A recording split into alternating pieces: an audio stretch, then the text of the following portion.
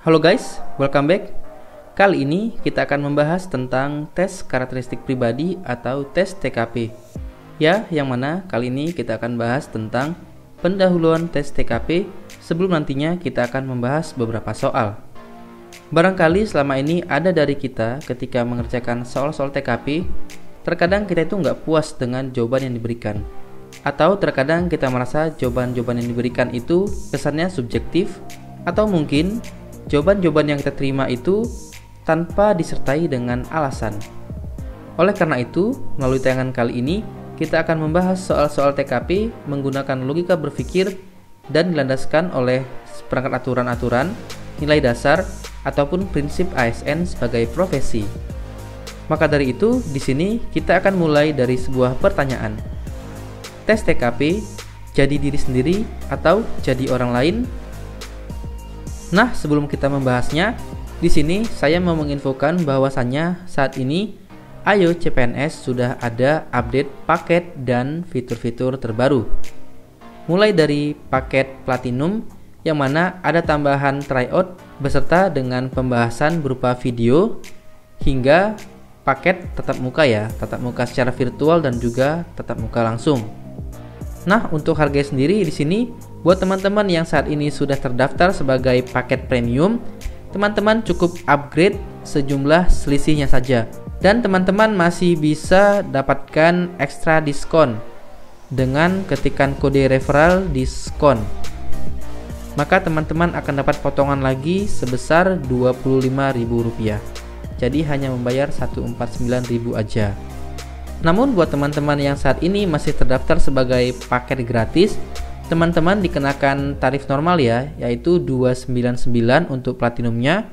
Dan jika teman-teman tambahkan kode referral diskon, maka teman-teman mendapatkan potongan sebesar Rp50.000. Jadi teman-teman hanya membayar Rp249.000 aja. Ini untuk setahun. Dan untuk kode referral diskon ini bisa teman-teman gunakan di paket manapun di premium, platinum, bimbel online eksklusif, dan bimbel tatap muka eksklusif. Untuk pendaftarannya, teman-teman bisa klik melalui link ini atau silahkan lihat di deskripsi video ini. Selain itu juga di sini saya ingin menjelaskan sedikit tentang apa bedanya Ayo CPNS dan Sahabat CPNS. Ini sangat banyak ditanyakan oleh teman-teman yang bingung harus milih Ayo CPNS atau Sahabat CPNS. Di sini saya kerucutkan kembali, ini adalah Ayo CPNS Premium yang mana harganya sama dengan Sahabat CPNS, yaitu Rp99.000 per tahun. Nah, di sini bedanya untuk Ayo CPNS Premium dengan Sahabat CPNS adalah Ayo CPNS itu nggak punya program mentoring, nggak punya tanggung jawab dengan mentor, nggak punya evaluasi kegiatan mentoring, dan juga nggak punya aplikasi Android. Jadi Ayo CPNS hanya diakses melalui website aja. Sementara kalau Sahabat CPNS bisa diakses melalui website dan juga dari aplikasi Android. Selain itu juga Sahabat CPNS juga diakses melalui Telegram untuk mentoring dan latihan soalnya. Namun bukan berarti Ayo CPNS tidak memiliki kelebihan. Kelebihan Ayo CPNS yaitu tampilannya yang sangat ringan ringkas, kemudian punya materi yang lebih banyak dibanding Sahabat CPNS, serta punya statistik hasil tryout. Kira-kira seperti ini gambar statistiknya. Jadi teman-teman itu bisa melihat detail hasil dari tes tryout teman-teman. Kesimpulannya, Ayo CPNS ini cocok untuk teman-teman yang mau belajar mandiri. Sementara Sahabat CPNS ini cocok buat teman-teman yang ingin belajar bareng-bareng. Dengan harga yang sangat murah, hanya Rp99.000 per tahun, teman-teman sudah dapat banyak fitur seperti ini. Baiklah, kita lanjut lagi untuk membahas pertanyaan ini. Tes TKP, jadi diri sendiri atau jadi orang lain? Mungkin beberapa dari kita pernah mendengar bahwasanya tes TKP itu nggak ada jawaban yang benar salah gitu sehingga jadilah diri sendiri untuk mengerjakannya. Menurut saya itu merupakan pernyataan yang keliru. Karena apa? Karena tes TKP ini punya skor dari 1 sampai dengan 5, sehingga ada yang benar, ada yang salah gitu Ada yang paling tepat, ada yang tidak tepat sama sekali. Oleh karena itu, dalam mengerjakan tes TKP akan salah jika kita hanya melihat dari sisi kepribadian kita aja. Jadi bagaimana dong Kak? apakah kita harus menjadi orang lain dalam mengerjakan soal-soal TKP? Nah, menurut saya jadi orang lain juga kurang tepat ya, karena kita nggak tahu orang lain yang seperti apa yang kita tiru. Jadi yang paling tepat ketika ditanya tes TKP itu jadi diri sendiri atau jadi orang lain, maka jawabannya adalah jadi seperti apa yang diinginkan oleh organisasi. Dalam hal ini adalah yang diinginkan oleh pemerintah, yang dituangkan dalam seperangkat aturan berupa kode etik dan perilaku, serta nilai-nilai dasar dan prinsip ASN sebagai profesi. Yang mana bisa teman-teman lihat pada Undang-Undang ASN nomor 5 tahun 2014. Berikut kira-kira resumenya dari Undang-Undang ASN nomor 5 tahun 2014, yang mana ada prinsip-prinsip ASN sebagai profesi, yaitu nilai dasar, ada kode etik dan perilaku, ada pelayanan publik, ada kompetensi, ada kualifikasi akademik, ada pelindungan hukum, ada profesionalitas jabatan. Jadi inilah yang pertama kali kita harus ketahui ketika kita mau mengerjakan tes TKP. Kenapa? Karena ketika kita mengerjakan tes TKP, itu kita memposisikan diri sebagai seorang ASN, dalam hal ini sebagai seorang PNS. Jadi kalau teman-teman mau jadi PNS, teman-teman harus tahu dulu dong tentang prinsip ASN sebagai profesi. Kita ambil contoh di sini nilai dasar ya. Jadi kalau teman-teman itu saat ini sudah belajar TWK tentang Pancasila, tentang UUD 45 dan sebagainya, teman-teman bisa lihat di pasal 4, maka teman-teman itu bisa terapkan juga dalam mengerjakan soal-soal TKP. Nah, untuk lebih jelasnya langsung aja ya kita buka Undang-Undang ASN nomor 5 tahun 2014-nya. Nah, ini dia Undang-Undang nomor 5 tahun 2014 tentang aparatur sipil negara. Selengkapnya teman-teman bisa baca sendiri. Kita langsung lompat ke pasal 3, yaitu ASN sebagai profesi berlandaskan pada prinsip sebagai berikut. Ini tadi yang kita bahas dari A sampai dengan G. Kemudian pasal 4-nya itu menjelaskan tentang yang poin A ini ya, nilai dasar. Mulai dari memegang teguh ideologi Pancasila, setia dan mempertahankan UUD 45 serta pemerintahan yang sah, mengabdi kepada negara, menjalankan tugas secara profesional dan tidak berpihak, hingga sampai poin O ya, meningkatkan efektivitas sistem pemerintahan yang demokratis. Nah, ini adalah nilai-nilai dasar yang harus dimiliki oleh seorang ASN. Misalnya ini, memberikan layanan kepada publik secara jujur, tanggap, cepat, tepat, akurat, berdaya guna, berhasil guna, dan santun. Jadi teman-teman kalau menjawab soal silakan lihat kriteria ini ya. Yang utama adalah jujur, kemudian tanggap, cepat, tepat, akurat, berdaya guna, berhasil guna, dan santun. Kemudian juga misalnya ini, mengutamakan pencapaian hasil dan mendorong kinerja pegawai. Jadi yang utama itu adalah hasilnya ya gitu. Hasil ini bisa berupa output, bisa berupa outcome. Kalau output itu adalah keluaran yang kita kerjakan. Sementara outcome itu adalah dampak yang ditimbulkan atas output tadi. Selanjutnya ini menjelaskan dalam pasal 5 tentang kode etik dan perilaku. Yang A, melaksanakan tugas dengan jujur, bertanggung jawab, dan berintegritas tinggi. Artinya di sini kenapa diletakkan di poin A tentang kejujuran? Berarti kan ini sangat penting ya untuk kode etik. Adalah jujur, bertanggung jawab, dan berintegritas tinggi. Melaksanakan tugas dengan cermat dan disiplin. Kemudian selanjutnya sampai dengan di poin I. Nah, jika teman-teman ingin jadi seorang ASN, setidaknya teman-teman tahu dulu tentang kode etik dan perilaku sebagai seorang ASN. Jadi silakan dibaca ya untuk Undang-Undang nomor 5 tahun 2014 ini. Nah, setelah kita tahu tentang prinsip ASN sebagai profesi, kita juga harus perlu tahu tentang fungsi, tugas, dan peran ASN. Di sini, fungsi dari ASN itu ada 3 ya. Pertama sebagai pelaksana kebijakan publik, kedua sebagai pelayan publik, dan ketiga adalah perekat dan pemersatu bangsa. Mungkin selama ini kebanyakan dari kita tahunya itu kalau PNS, ASN hanya sebagai pelayan publik aja. Namun ini hanya sepertiga dari fungsi ASN teman-teman. ASN juga berfungsi sebagai pelaksana kebijakan publik, artinya yang melaksanakan peraturan perundang-undangan, dan juga sebagai perekat dan pemersatu bangsa. Oleh karenanya di sini ASN itu harus netral, nggak boleh ikut partai politik, karena sebagai perannya perekat dan pemersatu bangsa. Terkadang ada muncul di soal mengenai dilema apakah kita harus mengutamakan pelayanan publik atau kita mengutamakan peraturan perundang-undangan yang berlaku. Karena dari sisi fungsi kita sebagai ASN ini sama-sama seimbang ya. Jadi untuk menjawabnya teman-teman silahkan lihat dulu dari sisi urgensinya. Nah, contoh lainnya mengenai soal-soal TKP yang bisa kita kaitkan dengan fungsi ASN, yaitu fungsi perekat dan pemersatu bangsa.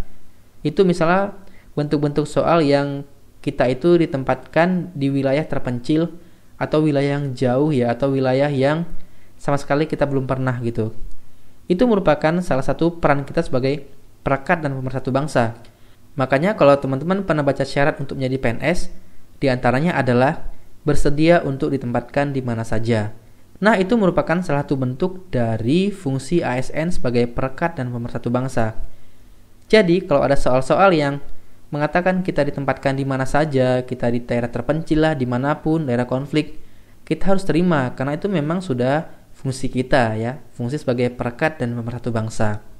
Selain itu juga, peran ASN yaitu sebagai perencana, pelaksana, pengawas penyelenggaraan tugas umum pemerintahan dan pembangunan nasional melalui pelaksanaan kebijakan dan pelayanan publik yang profesional, bebas dari intervensi politik, serta bersih dari praktik KKN. Ini bisa jadi pegangan teman-teman ya ketika mengerjakan soal-soal TKP nanti. Selanjutnya di sini ada juga nilai-nilai dasar aneka. Nilai-nilai dasar ini akan teman-teman dapatkan nanti ketika prajabatan atau pelatihan dasar, yaitu pada masa percobaan menjadi CPNS selama 1 tahun. Yang mana aneka ini merupakan singkatan dari akuntabilitas, nasionalisme, etika publik, komitmen mutu, dan anti korupsi. Aneka. Teman-teman bisa baca sendiri nilai-nilai dasarnya. Di sini saya akan coba bahas satu aja, yaitu tentang nasionalisme. Di sini pengertian nasionalisme adalah rela berkorban dan menempatkan persatuan dan kesatuan, kepentingan serta keselamatan bangsa di atas kepentingan pribadi ataupun kepentingan golongan. Jadi intinya lebih penting kepentingan negara dibanding kepentingan pribadi ataupun golongan. Oke, selesai sampai sini dulu untuk teoritisnya. Kita coba bahas soal. Ini soal pertama ya. Ketika rapat penting perusahaan, saat itu Anda menjadi pemimpin rapat. Jika rapat itu gagal, maka perusahaan akan mengalami kerugian besar karena menyangkut kerjasama perusahaan dengan mitra. Dan saat itu Anda mendapatkan kabar dari CS perusahaan bahwa istri atau suami Anda mengalami kecelakaan dan koma. Sikap Anda: A. Menghentikan rapat, B. Menunjuk bawahan untuk menggantikan Anda, C. Mengirim utusan ke rumah sakit, D. Tetap lanjut rapat, atau E. Menunda rapat sampai besok. Sebelum kita menjawabnya, di sini kita coba urai dulu permasalahan yang ada di soal. Di sini masalahnya ada 2. Yang pertama menyangkut tentang perusahaan, yaitu kita menjadi pemimpin rapat. Yang mana kalau rapatnya gagal, maka akan mengalami rugi besar. Kemudian masalah kedua adalah masalah pribadi, yang mana saat itu istri atau suami Anda mengalami kecelakaan dan koma. Kalau kita lihat dari nilai-nilai dasar tadi tentang nasionalisme, berarti yang kita utamakan adalah kepentingan kantor ya, kepentingan bersama dulu, kepentingan masyarakat banyak dibanding kepentingan pribadi. Jadi, kalau ada jawaban-jawaban yang tidak mengutamakan yang pertama ini, itu harus kita eliminasi karena jawabannya melenceng dari konteks soal atau melenceng dari kata kunci. Yang A, menghentikan rapat, berarti yang A ini kita eliminasi. Kemudian yang B, menunjuk bawahan untuk menggantikan Anda, berarti kita juga tidak mengutamakan yang masalah pertama. Kita coret yang B. Kemudian yang C, mengirim utusan ke rumah sakit, kita tahan. Yang D, tetap lanjut rapat, kita tahan. Yang E, menunda rapat, yang E juga kita coret. Jadi sampai sini teman-teman sudah aman dari nilai mati ya, atau nilai-nilai yang memiliki skor rendah. Sekarang sisanya ada 2 jawaban lagi. Kita akan menentukan mana yang memiliki jawaban terbaik. Di soal ini memang ada 2 masalah. Jadi kalau teman-teman dihadapkan pada 2 masalah, yang mana ini ada masalah kantor, kemudian masalah pribadi, jangan serta-merta karena masalah kantor kita utamakan masalah kantor dulu. Kita harus lihat dari kedua masalah ini, apakah memiliki win-win solution ataupun memiliki pengorbanan yang paling sedikit. Kita lihat di opsi C, mengirim utusan ke rumah sakit untuk melihat kondisi pasien. Ini dengan kata lain kita tetap ikut rapat, ya kan? Tetap rapat berarti. Kalau yang D, tetap lanjut rapat dan segera ke rumah sakit. Nah, kalau yang D ini, jadi selama kita tetap rapat, kondisi pasien ini nggak ada yang jenguk. Karena kita akan datang sendiri setelah rapat selesai. Jadi sangat berisiko ya, karena pengambilan keputusannya itu terlambat. Sementara kalau yang C ini, kita tetap rapat, namun di saat kita tetap rapat itu ada utusan yang mengontrol kondisi pasien. Sehingga yang C ini lebih sedikit pengorbanannya dibanding yang D, artinya juga risikonya lebih sedikit.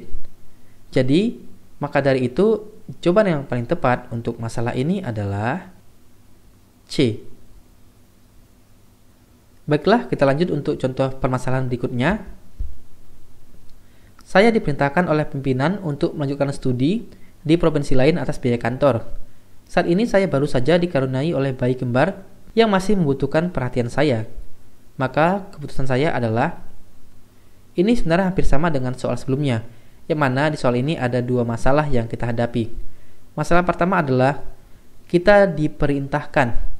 Kalau bicara diperintahkan berarti derajatnya lebih tinggi ya dibanding ditawari ataupun diminta. Kemudian yang kedua adalah adanya bayi kembar yang masih butuh perhatian saya. Ini masalah kantor, ini masalah pribadi.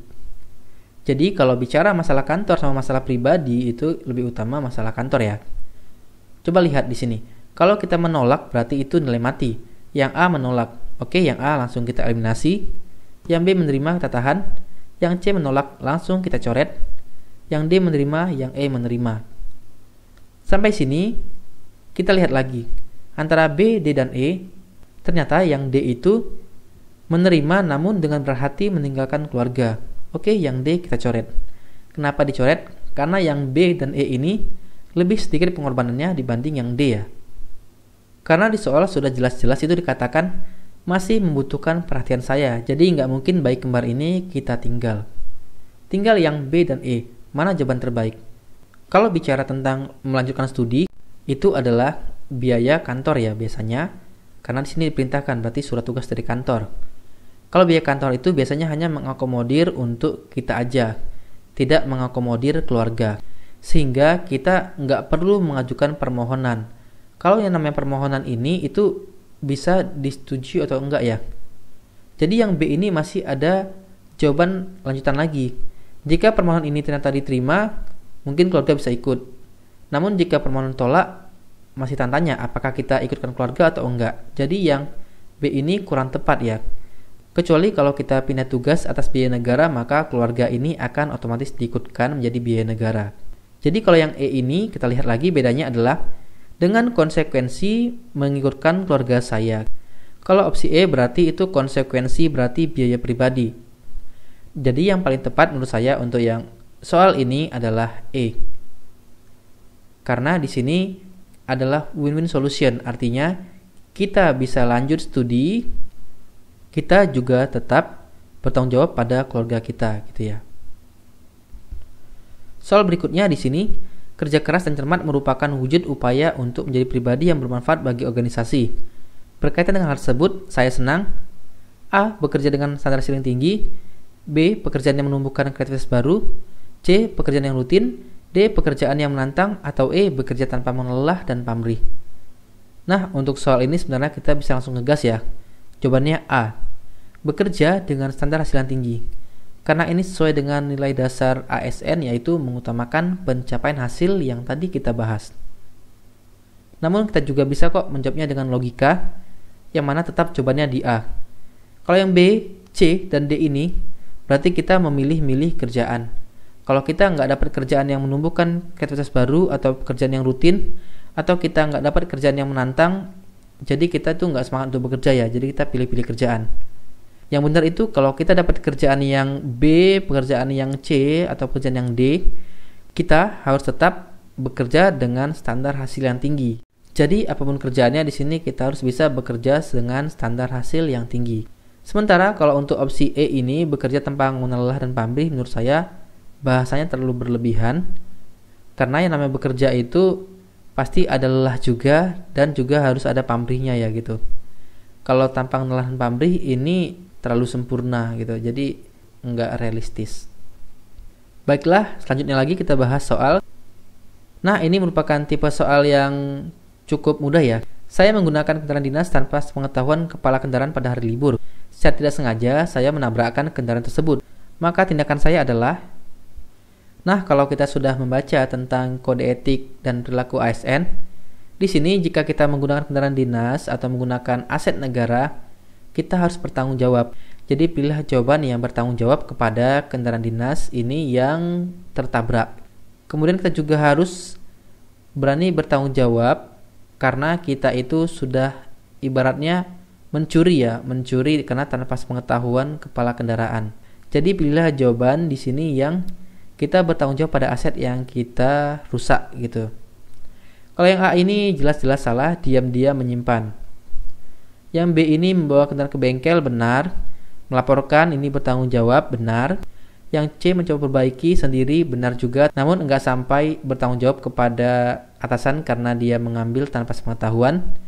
Yang D ini melaporkan kepada pimpinan dan siap. Yang D ini kurang tepat karena dia enggak perbaiki dulu, enggak bertanggung jawab pada aset yang dia gunakan. Yang E ini dia perbaiki dan mengembalikannya diam-diam. Yang E ini juga tidak berintegritas. Jadi di sini jawaban yang tepat adalah B ya. Oke, clear ya. Kita lanjut ke soal berikutnya. Anda seorang resepsionis di suatu kantor yang bergerak dalam bidang pelayanan. Banyak keluhan yang ditujukan pada instansi tempat Anda bekerja. Padahal di instansi Anda tersebut terdapat fasilitas untuk keluhan online. Sikap Anda? Nah, di sini teman-teman harus bisa profesional. Artinya bekerja berdasarkan tugas dan wewenang. Bekerja sesuai dengan tugas dan wewenang yang dimiliki itu juga ada kok tertera di dalam Peraturan Kode Etik dan Perilaku. Silahkan teman-teman baca ya. Jadi di sini tugas kita atau peran kita adalah sebagai seorang resepsionis. Yang mana kalau teman-teman tahu resepsionis itu tugasnya adalah menyapa, melayani, memberikan informasi kepada pengunjung, klien atau stakeholder suatu perusahaan terkait dengan tujuan dan informasi yang dikehendaki. Jadi resepsionis ini beda ya dengan customer service. Oke, sampai sini teman-teman sudah tahu peran teman-teman. Jadi masalahnya adalah ada yang mengeluh kepada instansi teman-teman padahal di instansi teman-teman tersebut sudah ada fasilitas keluhan online. Bagaimana Anda sebagai resepsionis menyikapinya? Yang A menerima keluhan para konsumen sembari mengajarkan, kita tahan dulu. Yang B menerima dan menanggapi keluhan sembari mengajarkan, yang B kita tahan dulu. Yang C menerima dan menyelesaikan keluhan. Yang C ini nggak sesuai dengan peran kita sebagai resepsionis. Karena resepsion itu tugasnya bukan menyelesaikan masalah, namun hanya mengarahkan aja ya. Jadi yang C ini kita coret. Yang D juga kita coret karena menyelesaikan. Yang E mendengarkan keluh kesah tentang masalahnya dan mengajarkan cara. Yang E kita tahan. Sampai sini teman-teman sudah bisa mengeliminasi nilai mati. Kemudian lihat lagi opsi A, B, dan E.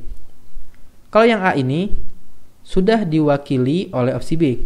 Karena yang A hanya menerima, yang B menerima dan menanggapi. Jadi yang A kita coret. Sisa yang B dan E. Kita lihat lagi dari sisi bahasa ya. Yang E ini mendengarkan keluh kesah.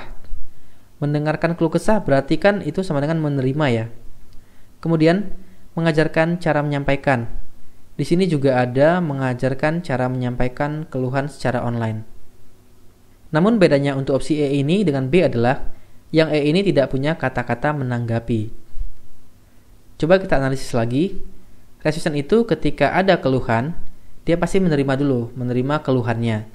Kemudian dia akan menanggapi, baik Pak, untuk nomor keluhan Bapak sudah kita rekam pada nomor pengaduan sekian. Kemudian dia juga mengajarkan cara menyampaikan, ini memang bagian dari tugas resepsion ya, untuk mengarahkan atau mengajarkan.